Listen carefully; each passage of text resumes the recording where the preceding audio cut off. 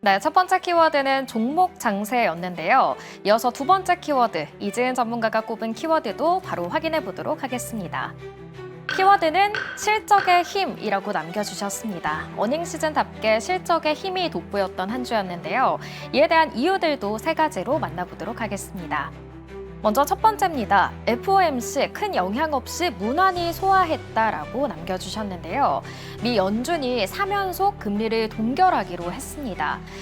이 결과는 시장이 예상했던 결과이기 때문에 시장에 미치는 영향은 제한적이었는데요. 발표 직후에 S&P 500 지수가 잠시 하락하긴 했지만 결국 강보합권에서 마감을 했고요. 코스피 역시 상승 마감하는 흐름 보여줬습니다. 두 번째도 살펴보겠습니다. 관세 전쟁에서 관세 협상으로 전환이 긍정적이다라고 남겨주셨는데요. 미국이 이제 관세 전쟁에서 관세 협상으로 한 발짝 나아가고 있습니다. 앞서 우리가 이야기를 나눴지만 미국과 영국의 무역 협정이 발표되기도 했고요. 오는 10일에는 미국과 중국의 회담도 예정이 돼 있죠. 이지은 전문가께서는 큰 기대는 없다라고 말씀을 하셨지만 어떻게 흘러갈지에 대해서도 우리가 주시를 해봐야겠습니다. 마지막은 방산과 미용 등 실적과 기대감이 있는 섹터로 강한 수급이 유입됐다라고 남겨주셨는데요. 이번 주 방산과 미용 강한 흐름 보여줬습니다. 특히 방산은 실적이 견조하게 유지되고 있고 이 인도와 파키스탄의 전쟁 위험이 커지면서 상승세를 보인 한 주였고요. 또 미용주 역시 글로벌 시장 진출을 무기로 계속해서 강한 기대감을 가지고 있는 상황입니다. 꾸준한 상승세가 이어지는 방산과 미용, 지금 시점에서는 어떤 투자 전략을 세워야 할지 지금 바로 들어보시죠. 네, 두 번째 키워드 바로 실적의 힘입니다. 최근에 움직이는 종목들 보면은 정말 그야말로 실적에 따라서 와, 이 종목이 이렇게까지 움직인다고 라는 생각이 들 정도로 큰 급등 혹은 하락을 하는 모습들을 보여주기도 하는데 실적 얘기에 본격적으로 들어가기 앞서서 FOMC 얘기를 첫 번째 줄에 적어주셨으니까 FOMC에서 나온 발언들 혹은 결과들 어떻게 평가하시는지 먼저 말씀해 주신다면요.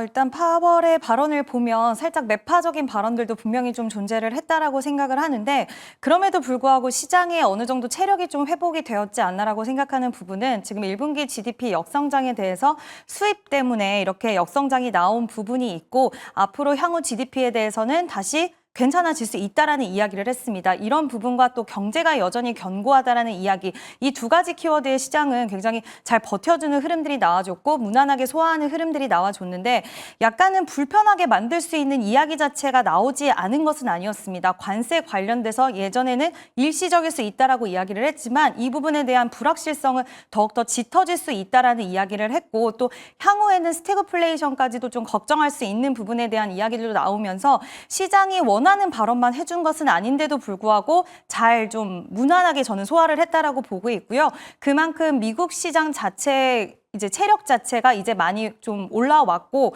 시장은 관세에 대해서 더 집중도가 올라갔구나. 사실 6월 달에 금리 인하 진행될 것이다라는 평가가 지배적이었지만 이번 FOMC 일정 이후에는 6월에도 힘들겠다. 뭐 빠르면 7월 그 이유가 될 수도 있겠다라는 시장의 관측들이 나왔는데도 불구하고 시장이 그날 크게 뭐 밀리지 않고 잘 이어갔습니다. 예. 흐름들을. 그래서 저는 무난하게 일정을 잘 소화했다라고 생각을 하고 있고 지금 시장은 뭐 금리 인하도 당연히 중요하긴 하겠지만 그것보다도 관세가 어떻게 진전이 되는지의 여부에 좀 더 초점이 맞춰져 있지 않나라고 생각을 합니다. 네, 좋습니다. 지난주 저희 방송 때 생각해 보면 테이버 전문가가 고용지표 발표 앞두고 뭐 그렇게 시장의 예상만큼 나쁘지 않을 수 있다. 뭐 이런 얘기를 하셨던 게 기억이 나고 실제 그렇게 지표가 발표되기도 했는데 저희가 뭐 다음 주 일정 잠시 후에 또 짚어보겠습니다만 다음 주에 이제 미국의 그리고 또 중국의 물가 지표들이 발표를 기다리고 있습니다. FOMC 연관해가지고 우리가 이 CPI, PPI에서 지켜봐야 할 포인트가 뭐겠습니까?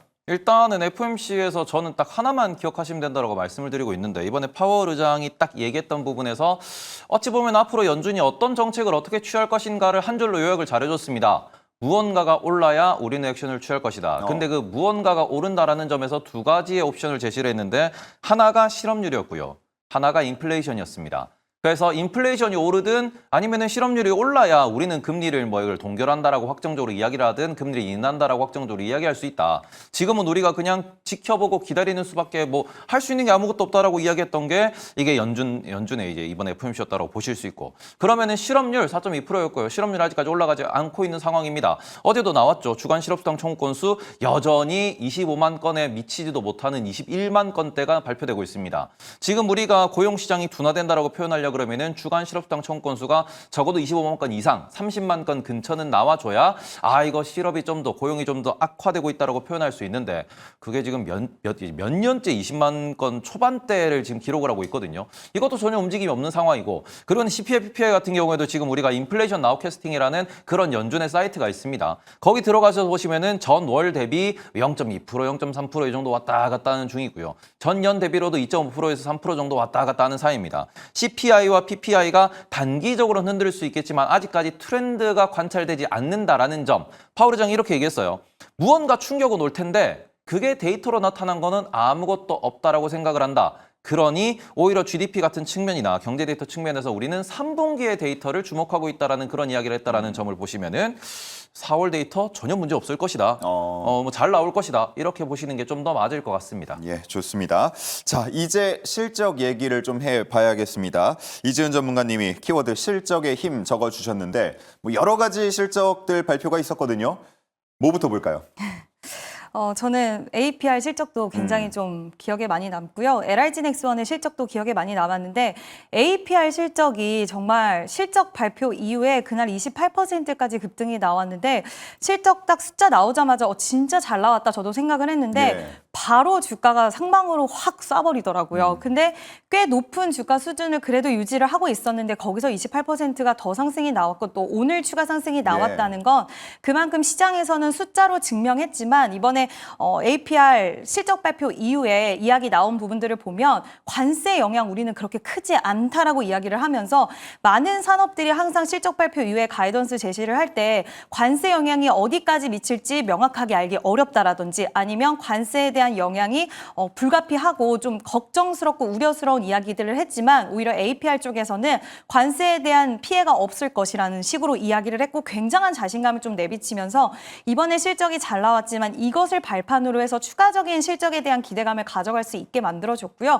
그러다 보니까 APR 실적 발표 이후에 화장품주들이 좀 일제히 상승세가 나오는 모습들을 보여줬는데 그 모습이 이제 뭐 필러, 보톡스 그리고 미용 의료기기 섹터 종목들까지도 쭉 끌어주는 모습들이 나와주면서 저는 개인적으로 또 이쪽 섹터를 굉장히 좀 선호를 하기 때문에 굉장히 흐뭇하게 바라봤습니다.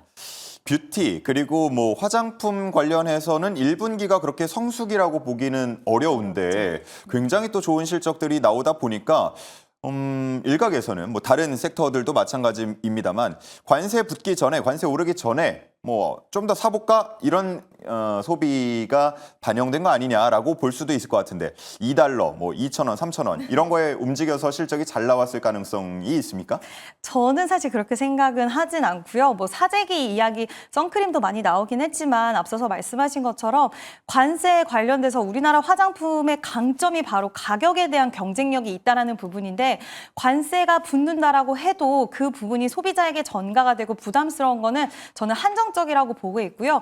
또 기업들의 입장에서도 용량을 조절하거나 이런 부분들을 통해서 관세가 소비자들에게 전가되지 않게 움직이려는 그런 모습들도 나오는 만큼 뭐 사재기로 인한 그런 수요라고는 생각하기는 좀 어렵지 않을까라고 보고 있고 또 미국 시장뿐만 아니라 홍콩이라든지 유럽 시장이라든지 굉장히 많은 나라에서 실적이 잘 도움이 되는 부분들이 나왔다라는 거를 봤을 때는 우리가 이제 미국 화장품 이게 아니라 글로벌 시장 화장품이라는 그 키워드로 생각을 했을 때는 저는 충분히 강점을 지속 가져갈 수 있지 않을까라고 생각을 합니다. 네, 좋습니다. 뭐 화장품 워낙 핫하기 때문에 질문을 조금 더 이어가자면요. 지금 테이버 전문가님, 우리 시청자분들의 반응을 보니까 예쁘다라는 표현을 상당히 많이 해주고 계신데 예, 테이버 전문가님께 뭐 잘못 보신 것 같은데요. 제 채팅창 봤으니까 제가 아니고 이지은 대표님이 예쁘다고 이렇게 올라오는데 무슨 소리세요? 예, 아닙니다. 댓글에 지금 우리 테이버 전문가 예쁘다는 이렇게 반응들이 음해를 하시면 안 됩니다. 예, 상당히 많은데 혹시 화장품 관심 많으십니까? 화장품은 저는 그냥 뭐 제가 아직까지 비누로 세수하는 인간이라. 그래요? 예. 하지만 또 이 사이트는 있겠죠. 화장품보다는 저는 오히려 이게 우리나라에서 보톡스라든지 그리고는 피부 미용 의료 기기 쪽을 저는 좀 많이 좋아하는 편이거든요. 화장품 같은 경우에도 개별 브랜드는 제가 잘 모르기 때문에 저는 오히려 화장품을 제조하는 ODM 업체를 꾸준하게 이런 자리에서 말씀을 많이 드리는데, 일단 보시면은 이제 화장품이 브랜드가 너무너무 많습니다. 이거는 여성분들도 모든 브랜드를 다 써보지 못했을 만큼 너무 브랜드가 많기 때문에 그런 많은 브랜드들을 제조해주는 ODM 업체들 같은 경우에는 우리나라의 한 브랜드가 성장을 하든 아니면 우리나라의 전체 수출량이 성장을 하든 결국 모든 수혜는 그런 이제 공장들이 다 가져갈 것이고, 그런 부분에서 우리가 화장품 용기 업체를 보자 뭐 이런 여러 가지 이야기들을 하는 것도 저는 그런 맥락이라고 생각을 하고요. 저 같은 경우에는 오히려 뭐 코스맥스 뭐 이런 부분도 좋지만 이게 기계 쪽 클래시스라든지 이런 쪽에 대해서도 우리가 좀 체크를 해보셔야 되는 게 우리나라의 이제 피부 미용 의료기기 같은 경우에는 이게 후발주자라고도 볼 수 있는 상황입니다만, 원래 이제 원천 기술을 들고 있던 이스라엘이나 미국에 있는 기업들이 오히려 적자에 빠지고 파산이 되고, 어찌 보면 우리나라 기업들의 역으로 M&A가 되면서 전 세계에서 피부 미용 의료기기를 제일 잘 만드는 국가가 우리나라입니다. 그래서 이런 부분에 지금 시장 점유율이라든지 수출량이라든지 성장률이 우리나라가 전 세계에서 1위이기 때문에 APR도 좋지만 저는 실제로 피부과에 납품되는 그런 기계 장비들을 만드는 기업들도 체크를 잘 해보셨으면 좋겠다, 이렇게 말씀을 항상 드리고 있습니다. 네, 좋습니다. 자, 이렇게 뭐 말씀하시는 동안 옆에 관련주들 흐름이 나오고 있는데 화장품 그러면 다 좋았냐 보면은 꼭 그렇지도 않거든요. 뭐 관련해가지고 실적이 오히려 좋지 않아진 기업들도 있고 주가가 거꾸로 가는 기업도 있더라고요.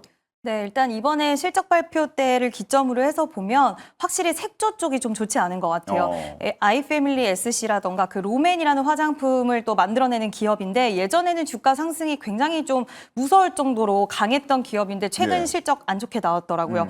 그리고 CNC 인터내셔널도 실적이 좀 안 좋게 나왔습니다. 예. 그러면서 색조 쪽 화장품 기업들은 실적이 좀 둔화되는 흐름들을 보여줬고, 결국에는 피부 미인은 이제 본 바탕이 또 튼튼해야 된다라는 이야기가 있다 보니 예. 기초 화장품, 그리고 앞서서 말씀하셨던 ODM, OEM 기업들이 결국에는 기초 화장품 잘 팔리면 잘 팔릴수록 같이 수혜를 보는 구조를 가져가고 있어서 기초 화장품 브랜드 기업 또는 ODM, OEM 기업들, 용기 기업들 저도 여전히 좀 긍정적으로 보고 있고요. 최근 확실히 해외 트렌드도 요즘엔 약간 화장 가볍게 하잖아요. 한 듯 안 한 듯 자연스러운 메이크업이 대세이기 네. 때문에 이런 스킨케어 브랜드들이 좀 더 좀 실적도 잘 나오고 있지 않나라고 생각이 들고, APR도 결국엔 스킨케어 브랜드고, 제가 피부 얘기를 하니까 좀 쑥스럽기는 하지만 예. 네, 결국에는 VT도 리드샷이 굉장히 잘 팔리고 있는 흐름들을 봤을 때는 결국 스킨케어 쪽을 계속해서 저는 좀 관심 있게 보시는 게 맞지 않을까라는 의견을 드려보고 싶습니다. 네, 의견을 뭐 전문성 있게 아주 잘 내어주시는 게 좋을 것 같습니다. 사실 뭐 화장품이라 그러면 저는 개인적으로 색조가 뭐고 기본이 뭐고 다 잘 나가면 다 잘 나갔지라고 느끼거든요. 네. 잘 모르는 분들도 많기 때문에 뭐 이제 잘 아시는 분께서 전문성 있게 말씀을 해주시면 더 좋을 것 같습니다. 어쨌든 이게 좀 뭐 트렌드라고 볼 수 있는 건가요, 그러면? 그러니까 색조는 기본적으로 우리가 마스카라, 그리고 립스틱, 볼터치 이런 것들 이야기를 하는데요. 이런 부분들은 물론 필요하기는 하지만 우리가 보통 바탕이 좋으면 어떤 거를 얹어도 이쁘다. 그리고 선크림 이런 것들은 다 기초 제품이에요. 그러다 네. 보니까 미국에서도 선크림을 사용을 많이 한다. 또 FDA에서도 피부암에 걸리지 않으려면 선크림 사용해야 된다라는 이야기를 하는 것처럼 기초 바탕이 되는 화장품들이라든지, 그리고 스킨케어, 우리 스킨은 꼭 바르시잖아요, 남성분들도. 그렇죠. 예. 그 피부가 당기다 보니까 그런 부분들을 잘 관리하기 위해서는 스킨케어 쪽 꼭 하셔야 되는데, 남성분들은 색조는 안 하더라도 스킨케어 쪽은 또 활용을 많이 하시다 보니 이런 스킨케어 시장이 더욱더 활발하게 좀 앞으로도 기대할 수 있는 여력이 있지 않을까라고 생각을 합니다. 네, 좋습니다. 이 화장품이라는 게 늘 트렌드가 좀 있는 것 같아서 혹시나 나중에 또 트렌드가 바뀌면 그럼요. 재빠르게 캐치하고 알려주시면 좋겠습니다.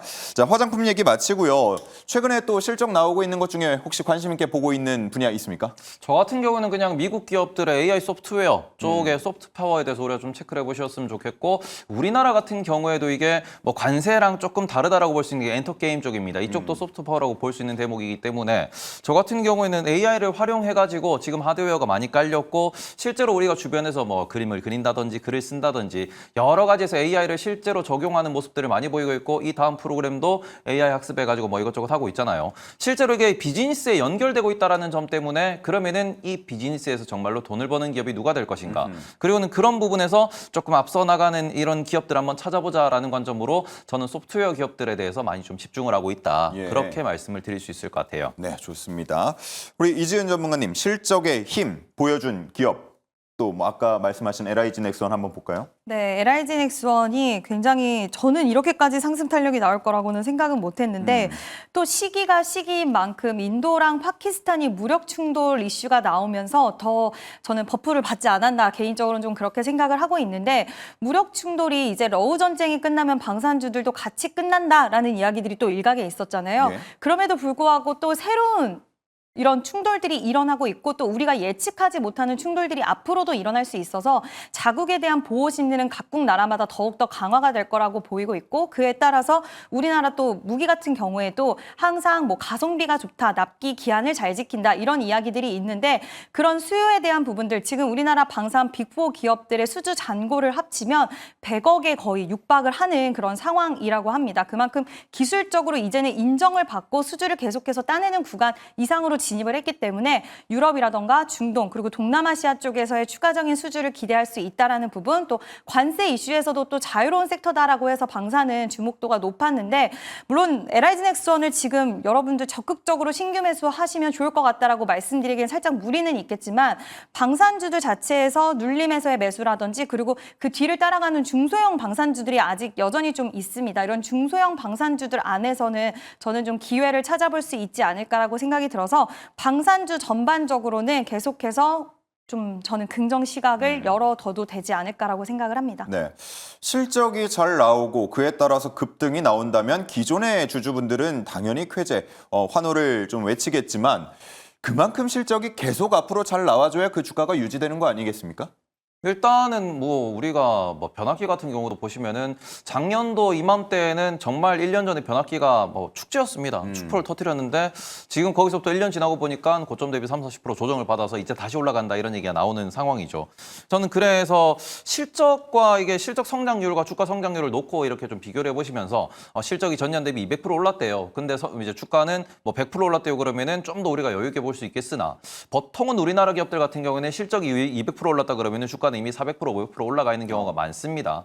그래서 그런 부분에서 저는 뭐 1년, 3년 정도의 차트를 좀 비교를 하면서 3년 동안 실적이 얼마나 늘었느냐, 영업이익이 몇 배가 늘었느냐, 그 상황에서 주가가 몇 배가 올랐느냐를 조금 느긋한 시계열로 보시면서 그래서 얘가 앞으로 얼마나 더 올라갈 건데 그리고는 앞으로 주가가 얼마나 올라갈 수 있을 건데를 그냥 좀 더 길게만 보시면 여유 있게 투자를 하실 수 있거든요. 근데 사람 심리라는 게 오늘 얘가 20% 갔습니다. 그러면 사고 싶어요. 내일도 갈 수 있겠지. 그러고 물리는 겁니다. 그리고는 그 상황에서 이제 한 6개월 걸려가지고 위에서 하면 뭐 30% 빠지면은 그럼 이제 사람들이 아이고 이제 다른 거 올라간대요. 그러면 이제 이거 계속 물려 있어봤자 더 빠질 것 같고 손절하고 옮겨갑니다. 그러면은 손절한 애가 올라가고 옮겨간 애가 떨어지죠.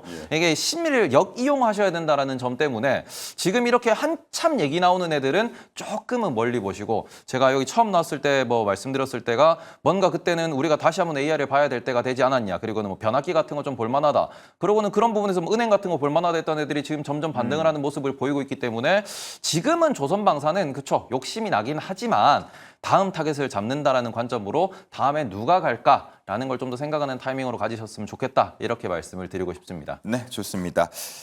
마칠까 하는데 일단은 내어주셨던 키워드와 관련해서 조선도 있었거든요. 어떻게 좀 더 하실 말씀이 있습니까? 조선은 결국엔 트럼프가 LNG에 대한 수출을 계속 집중을 하고 있는 부분이 있습니다. 우리가 앞서서도 결국 협상 카드로 있어서 트럼프가 원하는 부분에 있어서는 글로벌 밸류체인을 미국 안에서 미국의 제조업을 부흥시키고 미국 내에서의 밸류체인을 만들고자 하고 또 미국의 LNG 수출을 통해서 나라를 더욱더 부강하게 만들고자 하는 그런 의지들이 있는데 그렇게 됐을 때 우리나라 이제 조선 그리고 조선 기자재 쪽은 이제 뭐 본행제 기업이라던가 그리고 LNG 운반선에 대한 수주 확대 기대감 이런 것들은 좀 여전히 유효하다라고 생각이 들어서 추격 매수에 있어서는 상당히 부담스러운 구간인 거는 맞기는 하지만 지금 이 안에서도 저는 눌릴 때 그러니까 뭐 큰 수익을 우리가 기대를 해서 뭐 비중을 크게 싣는다라는 관점보다는 지금 시장에 기회가 왔을 때는 저는 트레이딩 구간이라고 해도 좀 기회를 잡을 잡으시는 게 좋다라고 판단이 들어서 일단 눌렸을 때는 매수를 하실 수 있는 부분, 저는 엔진도 여전히 좀 좋게 보고 있습니다. 그래서 조선 쪽도 뭐 큰 기대와 큰 수익률을 통해서 우리가 막 큰 자금을 밀어넣자 이런 의미가 아니라 지금 시장의 분위기 자체가 그렇게 형성된 부분에 있어서는 좀 그 기류를 타고 봤을 때 눌렸을 때 매수를 해서 좀 수익을 보고 나올 수 있는 그런 부분들이 있으면 좋지 않을까라는 의견을 드려보고 싶습니다. 네, 좋습니다. 자, 이렇게 해서 키워드와 관련한 이야기 마치고요. 이제는 다음 주 일정을 알아보도록 하겠습니다. 다음 주 일정은 화면으로 함께 만나보시죠. 자, 주간 일정 브리핑해드립니다. 첫 번째, 5월 12일, 실적 발표는 계속 이어지는데요. 역시나 가장 눈에 띄는 건 SK텔레콤이라는 이름입니다. 최근에 워낙 이슈가 많이 있다 보니까 실적이 어떻게 나오는지, 또 그에 따라서 주주들의 반응이 어떨지 이런 부분이 기대가 되고요. 그리고 코스메카 코리아, 클래시스, 오늘 저희가 계속해서 힘줘서 얘기했던 관련된 기업들이 실적 발표를 앞두고 있습니다. 또 넷마블이 실적 발표하면서 급등하는 모습을 보이기도 했는데 시프트업은 어떨지 부분이 기대가 됩니다. 자, 다음은 13일 화요일로 가보겠습니다. MSCI 관련해서 또 삼양식품 얘기를 안 할 수가 없겠는데 오늘 장중에 100만 원을 넘기는 모습을 보여줬습니다. 관련해서 두 분은 어떻게 평가하실지 잠시 후에 들어보고요. 미국의 4월 CPI 그리고 CJ제일제당의 실적도 발표가 될 예정입니다. 자, 다음은 14일 수요일로 가보겠습니다. 자, 14일 수요일로 가면 트럼프의 이번 취임 후에 첫 이제 순방입니다. 중동을 향하게 되는데 여기서 어떤 이야기가 나올지 그에 따라서 무언가 화합의 시그널 혹은 갈등의 불씨가 나올지 이런 부분들도 한번 우리가 주목해서 봐야겠고요. NC소프트, LS 그리고 요즘에 또 엔터도 관심이 많은데요. JYP 엔터의 실적 발표가 기다리고 있습니다. 15일 목요일로 가보겠습니다. 자, 15일에는 PPI 공개가 되고요. 마녀공장, 저희 도전템베거의 또 포트 안에 포함이 돼 있는 종목이다 보니까 관심 많이 가지고 계실 것 같은데요. 마녀공장 실적 발표도 기다리고 있고 에이징랜드, 텐센트도 있습니다. 다음 금요일로 가보겠습니다. 자, 미국의 옵션 만기일이고요. 어플라이드 머티리얼즈, 월마트 등 실적 발표가 기다리고 있습니다. 자, 관련해서 얘기를 좀 나눠보려고 합니다. 일단은 실적 발표 많이 기다리고 있고 경기 지표들 기다리고 있는 상황인데 가장 주목하는 게 어떤 건지 두 분으로부터 한번 들어보고 싶거든요. 페이버 전문가님. 저는 당장 내일 모레 나올 이제 베센트의 코멘트 그리고는 중국에서 나오는 코멘트가 제일 중요하다고 생각을 합니다.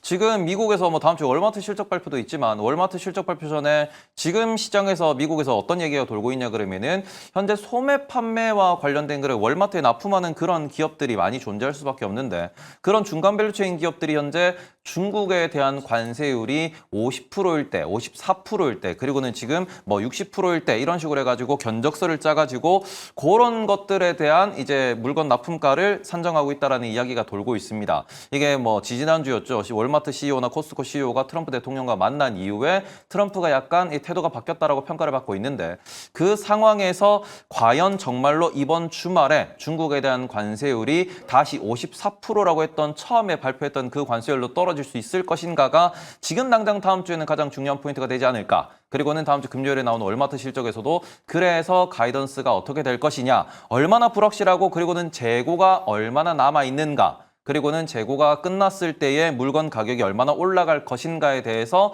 그런 부분에 대한 가이던스를 매우 중요하게 생각을 할 것 같습니다. 그래서 다음 주는 유통 그리고는 중국에 대한 관세율이 핵심이 된다라고 좀 생각하면서 시장을 보셨으면 좋겠습니다. 네, 좋습니다. 이지은 전문가님은 어떤 부분 주목하고 계신지요?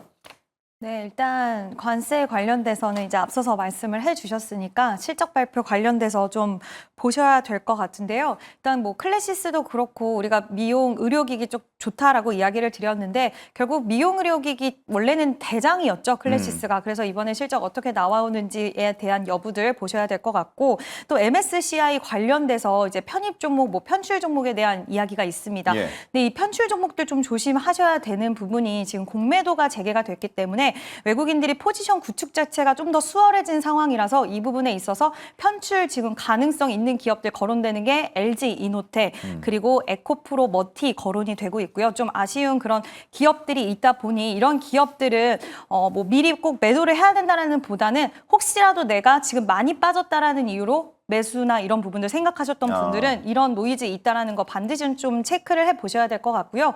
결국 편출되는 쪽의 종목군들의 이런 섹터 분위기 자체도 상당히 좀 위축이 많이 되어 있는 상태라서 이런 부분들은 좀 피하셔야 된다. 그리고 삼양식품과 지금 하나시스템이 편입 종목으로 좀 예상이 많이 되고 있는데 삼양식품은 한동안 원화 강세 이야기 나올 때 이제는 수출주들 끝났냐라는 이야기가 하루 이틀 나왔죠. 그렇지만 엄청난 판매를 등에 업고 결국에는 주가가 다시 한번 상방으로 또 가는 모습을 보여줬는데 결국에는 진짜 글로벌 시장에서 눈에 띄는 상품을 갖고 있는 기업들은 뭐 그 끝에 있을 수는 있겠지만 결국엔 어떠한 노이즈가 발생을 해도 실적에 대한 그 부분 때문에 꼭 우상향을 하게 되는 것 같다라는 부분 다시 한번 재확인을 시켜주지 않았나라고 생각을 합니다. 네, 좋습니다.